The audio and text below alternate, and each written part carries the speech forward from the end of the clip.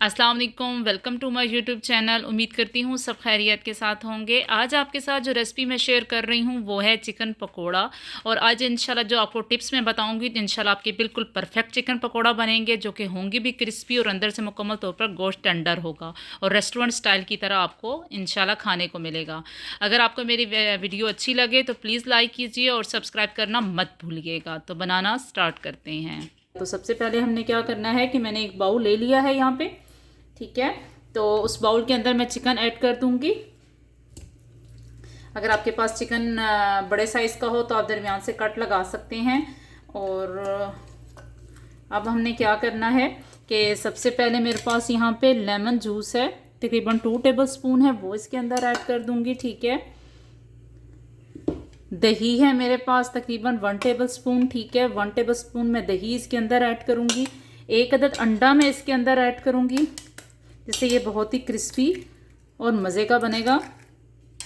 अदरक लहसुन का पेस्ट है वो इसके अंदर मैं ऐड कर दूंगी।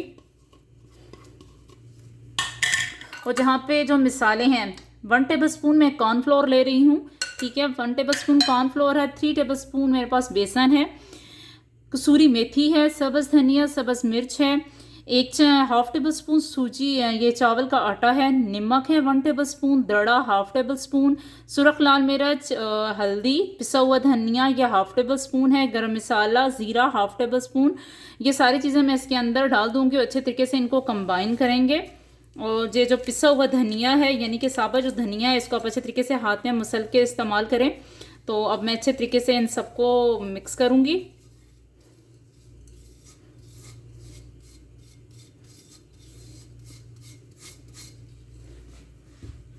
सारा मैंने इसके अंदर डाल दिए हैं, तो अच्छे तरीके से मिक्स कर लेंगे, क्योंकि मैंने अभी इसके अंदर अंडा शामिल किया हुआ है, ठीक है।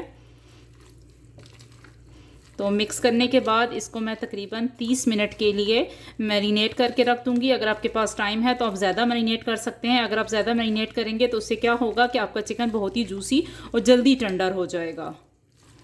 अगर आपको लगे कि बेसन कम है तो आप बेसन और भी ऐड कर सकते हैं इसके अंदर, पर अभी मैं इसको फ़िलहाल मैरिनेट करके छोड़ दूंगी, क्योंकि अभी ये पानी छोड़ेगा चिकन भी।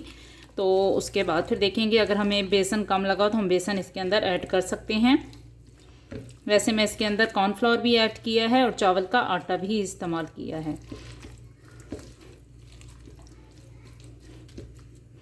तो बस अब इसको मैं मैरिनेट करके रख दूंगी तकरीबन 30 सेकंड के लिए, फिर 30 सेकंड के बाद मिलते हैं। तो मेरी मैरिनेशन को मुकम्मल 30 मिनट हो चुके हैं। इसके ऊपर थोड़ी सी मैंने ददला मिर्च और ये जो सफ़ेद तिल हैं वो स्प्रिंकल किए हैं। तो यहाँ पे मैंने गरम ऑयल करना स्टार्ट कर दिया है और फिर अब इसको हम फ्राई करना स्टार्ट करते हैं। ऑयल तकरीबन प्री हीट हो चुका है, फिर भी मैं इसको देखने के लिए आप थोड़ा सा टुकड़ा इसके अंदर डाल दें ऐसे। अगर ऊपर आ गया तो समझो आपका ऑयल जो है प्री हीट हो चुका है। अब मैं एक एक करके हम इसको चिकन पकोड़ा का आराम से एहतियात के साथ उसमें डालेंगे। पर अभी हमारी बिल्कुल स्लो आंच है, अभी हम स्लो टू मीडियम कुक करेंगे ताकि ये अच्छी तरीके से कुक हो जाए अंदर बाहर से। हमने बिल्कुल इसको तेज आंच पे नहीं पकाना, स्लो आंच पे पकाना है। वैसे भी माशाल्लाह हमने काफ़ी अर्से इसको टाइम मैरिनेट किया है, तो ये ऑलरेडी अंदर से टेंडर हो चुका है, पर फिर भी इसको हम और अभी 3 से 4 मिनट अच्छे तरीके से कुक करेंगे।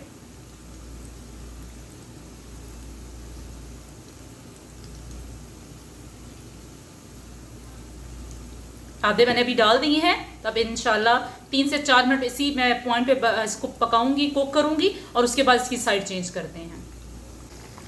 इस तरह इसकी साइडें चेंज करेंगे। स्लो आंच पे पकाएंगे तो इंशाल्लाह अंदर से आपका मुकम्मल तौर पर टेंडर हो जाएगा और इससे कलर भी अच्छा आएगा एक तो, और अंदर से कुक भी अच्छा होगा। अगर हम इसकी ज़रा सी भी आंच तेज़ करते हैं तो क्या होगा कि ऊपर से तो इसकी जो कलर है वो चेंज हो जाएगा, एकदम ये इसका कलर रेड हो जाएगा, ठीक है, पर अंदर से ये कुक नहीं होगा। तो हमने अंदर से इसको कुक करना है, तो इसलिए मैं इसको स्लो आंच पे बना रही हूँ ताकि इसका कलर भी अच्छा आ जाए और ये अंदर से कुक भी अच्छा हो जाए। तो इसकी दोनों साइड कुक हो चुकी हैं माशाल्लाह, आप देख रहे हैं। तो बस अब इस पॉइंट पे मैं इसको निकाल लूँगी।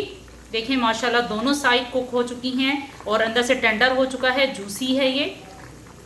उम्मीद करती हूँ आपको ये रेसिपी बहुत पसंद आई होगी। पसंद आए तो प्लीज़ लाइक कीजिए और मुझे कमेंट करके बताइएगा कि आपको कैसी लगी। माशाल्लाह आप इसका कलर देख सकते हैं कितना अच्छा इसका कलर है।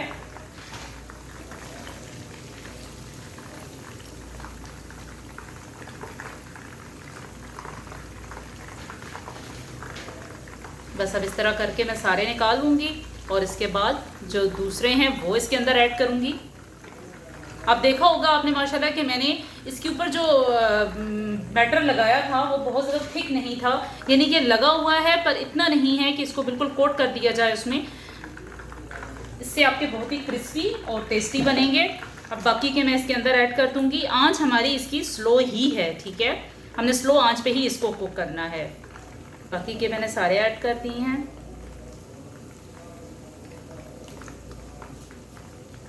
ये भी ऐड कर देंगे और अब इसके मैं होने का इंतज़ार करती हूँ। आप लोग माशाल्लाह देख रहे होंगे कि इसकी आंच कितनी स्लो है। अब स्लो आंच पे तकरीबन 3 से 4 मिनट इसको मैं और कुक करूँगी अच्छे तरीके से और इसका कलर आने का इंतज़ार करेंगे और फिर इसको हम चटनी के साथ सर्व करेंगे।